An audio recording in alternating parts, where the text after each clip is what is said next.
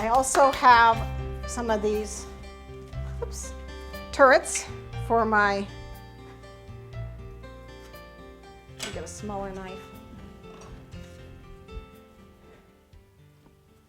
And a sugar cone would be better instead of these wafer cones because these have ridges on them. But it all comes out pretty smooth, so it's not that big a deal. Just fills in with the buttercream. It's just easier to use a smooth one instead of a one that you got to fill in. And you can use a popsicle stick or something to hold it up the middle, or the end of a spoon to hold it up the middle so you can get all the way around it, but I'm not going to worry about that because it's going to be dug into the sandcastle portion of the cake. So again, and we're just going to roll it in our sand.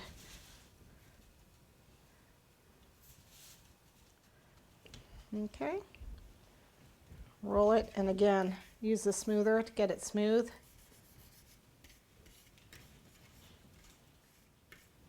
Okay, so we want to do 5 turrets. All right, and then I've got the top to my cake right here. Little itty bitty guy, isn't he cute? I didn't bother doweling this because this weight isn't going to do anything. It's not going to squish my cake. It's not going to cause any problems that normal layering of cakes does. I'm only going to have like 3 inches, 4 inches, and you can get away with 4 inches without doweling it. But if you're going to transport it, I would definitely put a dowel all the way down all 3 of them. I'll talk about that in a minute. Again, when I put it together, because I do have 3 cakes that are stacked on top of each other. So again, I'm just going to do the top. And the reason I do it in pieces is because my buttercream crusts really fast. If you have non-crusting buttercream, then this is easier. You don't want it to crust, you know, until you've got the sand on there. Okay, so, and then we'll go around it. And again, I don't care about the crumbs. More crumbs, the better. I think I'll use the smaller knife though. And because we're using the smoother, it doesn't have to be real smooth. All it has to do is have enough buttercream on it to get the sand to stick.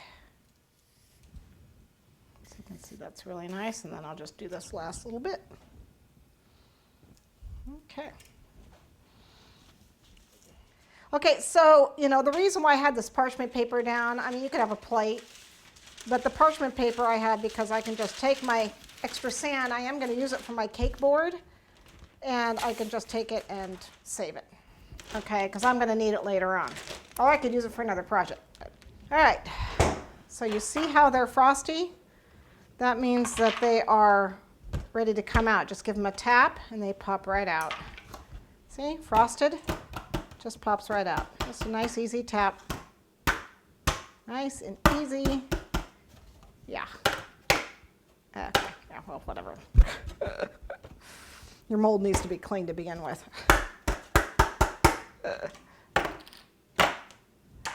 Oh, but the stubborn one. There it goes. Okay.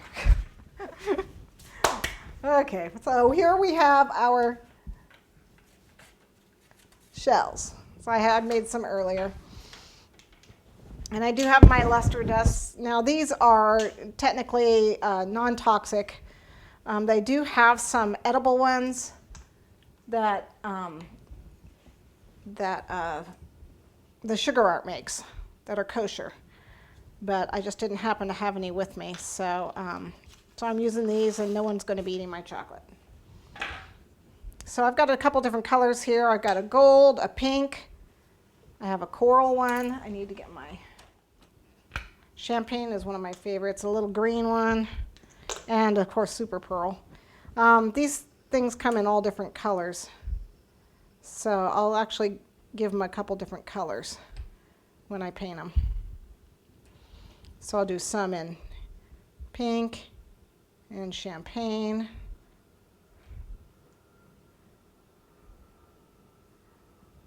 champagne, a little bit of gold. And then I always use the super pearl because it looks like mother of pearl. A little bit of green on some of them. Oh, where's my champagne? So you can get a couple different colors on it. Like real seashells. And then I use the gold and the champagne on the starfish because they're kind of a matte color. They're not really shiny. And this is just dry dusting because the chocolate takes the dust really well. You can just brush it right on and it's gonna stay. Okay, there we go. Nice and easy. So I'm just going to finish coloring a couple of these up, and then we're going to start on our message.